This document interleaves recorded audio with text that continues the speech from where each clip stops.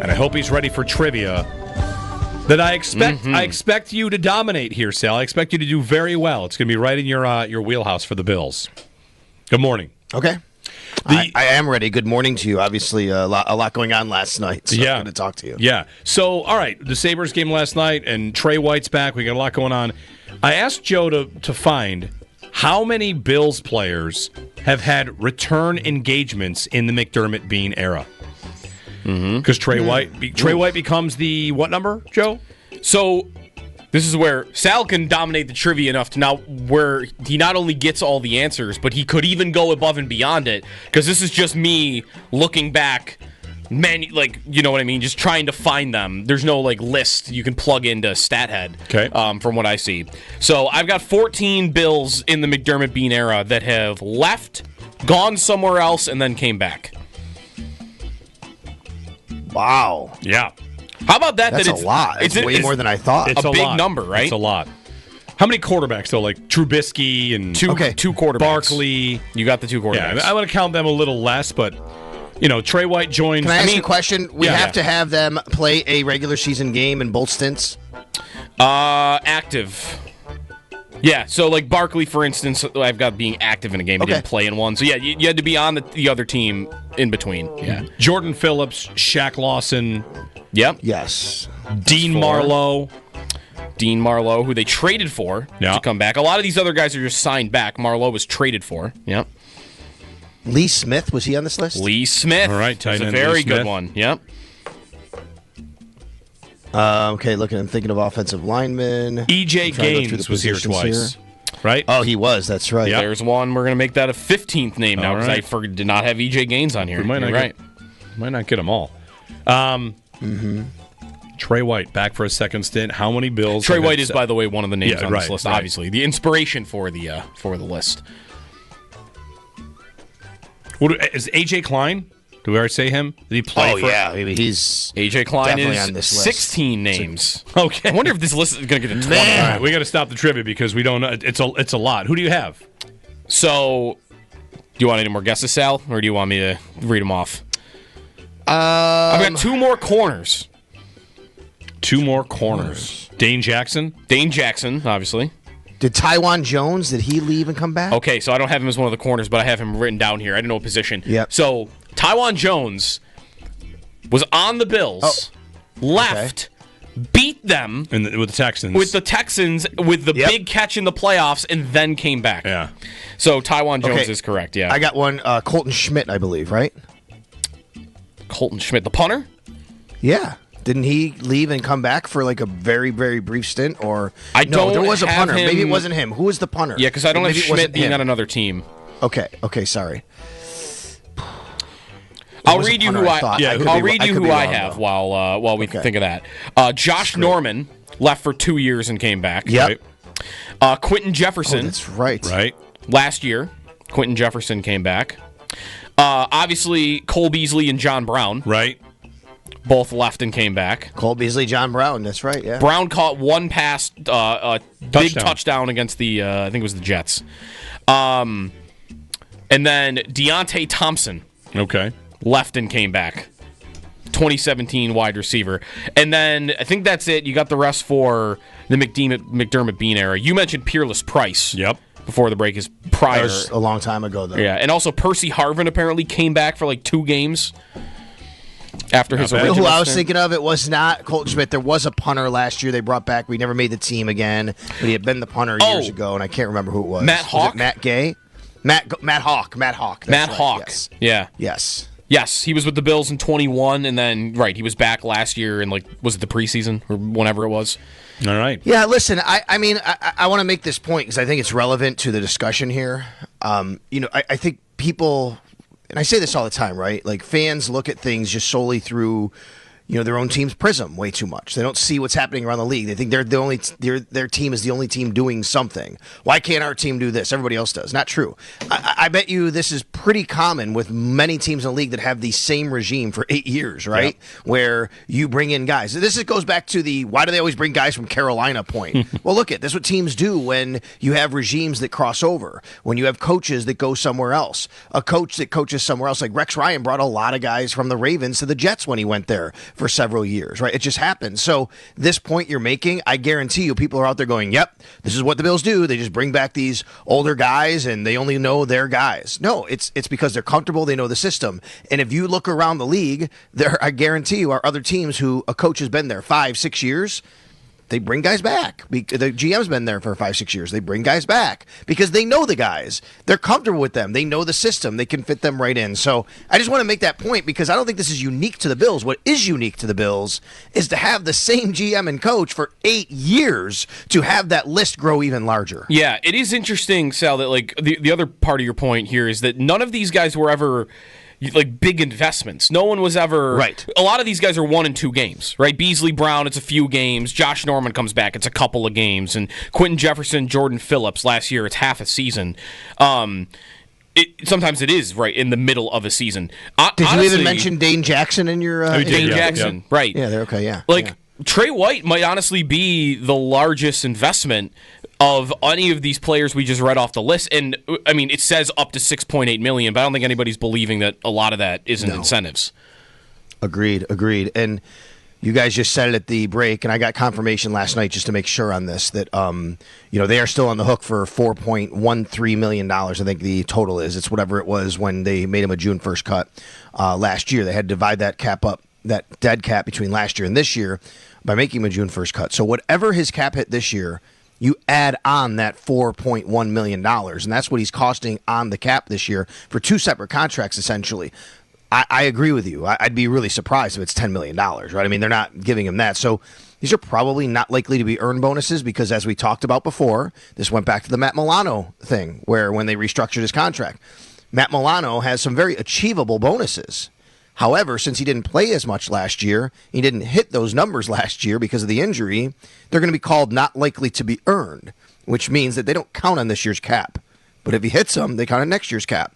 Because Tre'Davious White really didn't play a ton last year, he was on 2 different teams, he was inactive for some, and he wasn't a main starter for the Rams or Ravens, really. My guess is, guys, I don't know this, we don't know the details yet, but I think it's a pretty good guess here that he's going to have some incentives that might be reachable, but they're going to be not likely to be earned because he didn't reach them last year. That's how it works. So therefore, they won't count on this year's cap. All right. So we'll wait to see the numbers to find out just kind of what that is, Sal. Could be an awful lot of not likely to be earned incentives. The first question, obviously, given the timing of this, you've seen a lot of Bills fans immediately asking, does this change in any way the way they approach next week, Thursday, Friday, Saturday? Tre'Davious White, who likely raises their floor defensively at that position. Do you have the belief that it alters it at all in the slightest bit the way they approach Thursday, Friday, Saturday? No, because from my perspective, you guys know this, I've said this many times, I have said this, and this is what I still believe, and even more so now. The Bills will draft a cornerback within their first 3 picks. They're not drafting one in the first round. Like, that's what I believed. I've said this. My thought all along, and I've been consistent on this, and I still believe this now, even more so after the signing, which is the Bills are going to draft defensive line with their first pick, and then their next 2 picks are going to be a combination of defensive line and corner in some capacity. I believe that. Now, is it possible that a wide receiver they really love falls, and they say, you know what, we just can't, pass up the value? A safety really falls, and they can't pass up the value. I just don't think those positions are truly in play other than that circumstance over the first 3 picks. I've believed all along, and I've stayed on this, and I believe this today as I sit here now even more. D-line is their first pick. Corner is coming in the first 3 picks. I don't think it changes that, guys. They need a young corner that can still play and start. Look, I know they just signed Tre'Davious White. He's been a fan favorite. They're giving him possibly up to $6.8 million. I would guess that even inside one Bills drive, they're thinking, is this going to work? We don't know. Well, we better still go get a young guy because, A, it's a 1-year deal, and it's a guy that, we know that had a couple injuries, and that's why we moved on from him originally. So I don't think it changes any of that. All right. You're confident corner won't be that first pick? I am. All right. Well, right now I am. I mean, look, I don't know the Bills' board, right? Sure, I don't know. Do they have Marcus Harrison ranked 15th overall on their board and he drops to 30? Sure, I mean, that could obviously happen. So, sure, I mean, go takes exposed, right, when that happens. I don't know the Bills' board. But I do think, but yes, I have always believed that D-line is going to be their first pick because it's a guy that's going to play right away versus You guys remember, what did I say? Joe, we had this conversation the other day, yesterday, when Jeremy was off. And I said it this way, Jeremy, which is we talked about veteran corners and how you can get a guy that can kind of play a little bit. You already have Dane Jackson. What do you have at D-line? You got to play somebody. They got 3 guys, 3. I mean, they released Branson Dean yesterday. They got Zion Logue. I'm not counting him. All you have on the roster right now, because Ogunjobi is suspended, is Ed Oliver, Daquan Jones, and Dwayne Carter. Literally, like, they have to find a starter, essentially, at that position. They don't have to do that in the corner. Right. Only 2 players that would have been active for the entirety of last season, too. That also could be the board, right, Sal? Like, I've asked, I'm trying to remember which draft guests, because it's actually been a couple of them, about the Bills and corner at 30 and what might be available to them. And it might be dependent on whether, like, Hairston falls or if the Bills are intrigued by guys with injury history like Ravel and the Notre Dame kid. But the couple times it's been, if they want a corner, they should probably trade down. That kind of sounds to me like, well, you might as well maybe just wait till the second round then. And that's just from the players that are available in this class versus what the Bills might be thinking about at the position for themselves. Yeah, now this is a good point. Like, Jeremy, I think that could happen too, right? If you trade down, maybe it changes the dynamic here. Mm-hmm. Like if you go from 30, like last year went from 28 to 30 to 33 or whatever it was. If you do that once or twice this year and you're in the middle or top 10 of the second round, maybe that changes the dynamic, and now you say, yeah, now we can get our corner. I believe that if they stay relatively where they are at 30, 56, and 60, that they're in somewhere near there. Those 3 picks are still, to me, a combination of 2 D linemen and a corner, and I don't think the corner is first. Sal Capaccio joining us on the Western Hotline. Sal, as we look at the players they've brought in, we could get to the corners first, because sometimes you get a look at let me back up. The way they bring guys in, was having a conversation about this with somebody this week. Visits, top 30 visits, what are these reserved for? These are players they're interested in, they want to, A, know more about or show themselves more of the Bills to the prospects. It's kind of an interesting game to play or to track, because you see not only the positions the Bills are valuing, but also maybe the rounds they think it might be relevant, right? Sometimes, hey, these are third-round receivers. Hey, these are second-round defensive tackles. Like Travis Hunter's not in for a visit because the Bills don't think he's going to be available. So when you look at it that way, what do you think you can take out of the Bills' visits? 4 corners, like 10 defensive linemen, 7 receivers. We don't have all 30, but do you feel like you get a good picture of the way the draft falls based on that? Yeah, I think it's a great point, Jeremy, that like those receivers they've been bringing in are generally considered day 3 receivers, right? You look at the list. I don't have it in front of me. I have to go back and look. You look at the list they have brought in so far, and it's generally been a lot of guys who not many expect to go very early in the draft, but are draftable guys, and people are going to take them at some point. They also have another common trait: speed. They brought in a lot of speed guys that are fast. I think that's your clue, too. Okay, they're targeting a specific guy. If you're targeting a specific guy, what did Brandon Beane and Sean McDermott said about wide receiver? Well, yeah, fast is great. We love speed, but you have to be a football player. I think they bring these guys in to make sure do they check the other boxes for us? Yes, we know they have the speed. We've seen them play. We've timed them. Let's just make sure they check the other boxes, because if we're going to take a guy, we want to have a football player. That's not a guy you take in the first round necessarily, right? If you're just targeting that specific guy and you want to make sure he's got those other traits that you're comfortable with, I think those are a little bit later. So for sure on that, and I think that everybody can see it's clear, right? This is a roster that's ready made. We know that. It's been to the AFC Championship game. It's been in the playoffs, 7 of the last 8 years. They're highly successful. They haven't had a ton of turnover this offseason. I don't think you're hiding any secrets here if you're the Buffalo Bills. Everybody in the world sees where you kind of need some help, mostly on the defensive side, mostly at defensive line, a little bit in the secondary. And, you're looking for a speed guy at wide receiver in those positions, and I think that the visits have kind of spoken to that. Sal Capaccio with us on the Western Hotline. Sal, what about when thinking about corner? Do you think the Bills have a urge or a will to want to change kind of what they've had at corner in terms of the skill set and what type of corner that they have, man coverage maybe. You mentioned yesterday when you were on with us Darian Porter, who's a different type of corner than they've had. He's bigger and he's faster and there's man coverage skills there, but he might be a little bit raw. And they did try to pick Elam, right, and make that work. But do you feel like they would want to try that again, or would they think, we did try it and it blew up in our face, so let's do the things that we know works? I don't think anything that happened with Kyer Elam changes how they view what they should do with another player there early, if that makes sense, right? Like, that's a guy that just didn't work out. It happens sometimes.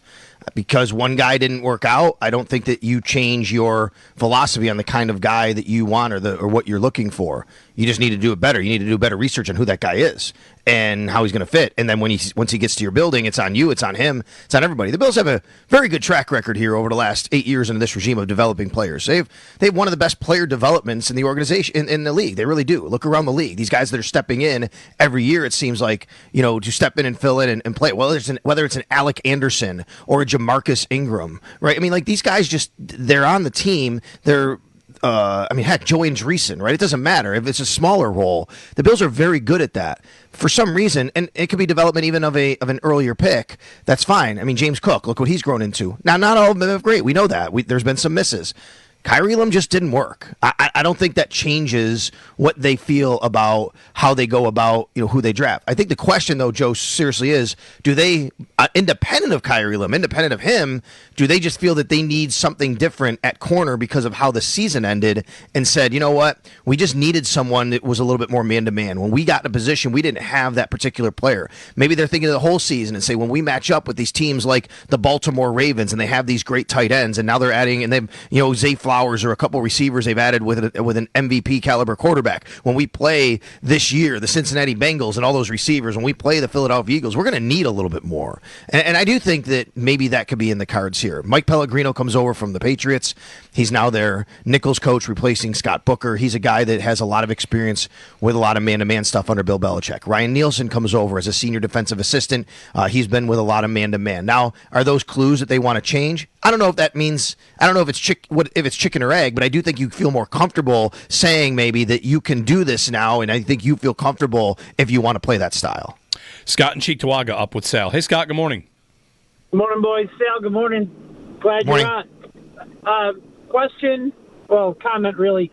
What's the Harbaugh brother in California? Jim? All right, so Jim Harbaugh has been quoted before as saying that Grant, the nose tackle from Michigan, is like a gift from the football gods. And he was glad he had a chance to coach him. I just think that guy at 330 pounds is exactly what we have been missing since Sam Adams. And I always believed that a top shutdown corner or a big, beefy defensive line are each other's best friends. And if we're lacking the depth at corner, we're not leaving the guys on an island if our guys on the line can stop the run and rush the passer faster. I just think that if you can't get one in the first round, Sal's point about defensive line in the first round makes a ton of sense to me. Thanks, Scott. You mixed two names there. There's Mason Graham and Kenneth Grant. And Graham will be long gone by the time the Bills pick. But Kenneth Grant is a very frequent Bills mock draft, projection. And, yeah, Sal, by the time we get to next week, Thursday, when we're out at Resurgence, someone says, who's it going to be? I'm going to walk in there thinking they're coming out with Kenneth Grant if he makes it that far. Because, like he said, a big, young defensive tackle. If there's something the Eagles have done, it's they've drafted a lot on that side of the ball. And they've not hit on everything, but, whatever. I'm not sure the Bills have learned anything from the Eagles model because the Bills have been investing in that spot. But this is a spot that they have not had someone like this in quite some time. So that's where Kenneth Grant, I think, is a very, very likely target. Well, I think he's one of them. I think there are several that could be right there. A lot of the mocks and simulations that I've done, sometimes Walter Nolan is still there. Is he a guy? I don't know. Might be a little bit smaller.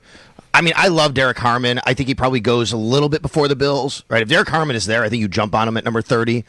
He's the player from Oregon. Obviously, and then how about Tyleik Williams? I think Tyleik Williams checks a lot of these boxes. The only thing about Tyleik Williams, he's Ohio State, by the way. I keep hearing Sean McDermott say the word long. He's not long, right? He's a little less long. You know, we talk about these guys not being long; they're monsters, right? You know what I mean? Yeah. But I mean, he's not necessarily the longest guy, but I still think he fits everything else they want. He's a real, he's an anchor. He can be a run stuffer. He's 330 pounds. I think Tyleik Williams, Derek Harmon, I think is right there. Nolan, there's several guys. I agree with you. I think Grant is a guy that could fit there. On the caller's point, though, about what Jim Harbaugh said, listen, that's great, okay? He also coached him at Michigan. I mean, Fran Brown said that Kyle McCord's a first-round pick, and I don't think that's the case necessarily. I mean, I love Kyle McCord and I love Fran Brown, but let's remember what we're talking about and take that with the fact that these guys have these emotional attachments to them. Yep. All right, Sal. Well, enjoy the weekend, and we'll talk next week as we get to draft week. Yeah, for sure. And today at 10:30, I'm going to have Jeremy Kahn from Baltimore at our Odyssey sister station to talk about Tre'Davious White's time in Baltimore last year. I think if you go do some search out there, I think he was a little better than people thought in Baltimore. I'm not sitting here telling you he was an All-Pro. That's not the case. But it certainly didn't work out with the Rams. But once he got to Baltimore, I think there was a bit of a trajectory that he was climbing up a little bit. And then, of course, we saw him here in Buffalo in the playoff game, and he had the pass interference penalty as well. But Jeremy Kahn, he'll tell us about that as well as the Ravens offseason. I also want to say, worth noting, because I tweeted this out last night. I think I told you guys this when I saw you after. At some point last year. After the Ravens-Bills playoff game last year, I saw Tre'Davious White. We talked for quite a while. He loves Buffalo so much. And I said, you're going to be free agent, right? And he got this big smile on his face. I said, what would you think? He said, I want to be back here. I'd love to be back here. I don't know, but, it would be great to come back here. And that always just stuck with me that, he said that if he had that opportunity, he would love to come back to Buffalo. So obviously this is something that presented itself and it was able to happen. But I remember that when that happened after that playoff game that he specifically, said, and, I mean, you're going to, I think in the moment you could say that anyway, but we know how much he does love Buffalo, but he clearly said and felt at that moment that, that was something he wanted to try to make happen. The Bills website lists Derek Forrest as number 27, but he hasn't worn it yet, so who's going to get 27? There you go. Got to give it to Trey. I think White, it's Trey. Right? It's Trey. Yeah, I think it's Trey. I don't think you. Yeah. Yeah, the other guy hasn't worn it yet. Something else. I mean, when he goes in the future Bills Wall of Fame remembrance, he's going to have a number next to his name. You don't have to have two numbers there. Not that he would, get it the second time too. No, what did anyway. Derek Forrest was 22 with the Commanders, but that's Ray Davis, right? Yeah, yes. So you can give him another number; he'll be fine. All right, thanks, Sal. You got it, guys. Paul Hamilton, an hour from now on the Sabres. Their season closes. We're looking at the Kevin Adams, Lindy Ruff press conference likely tomorrow. We'll double check on that once we have that locked in on time.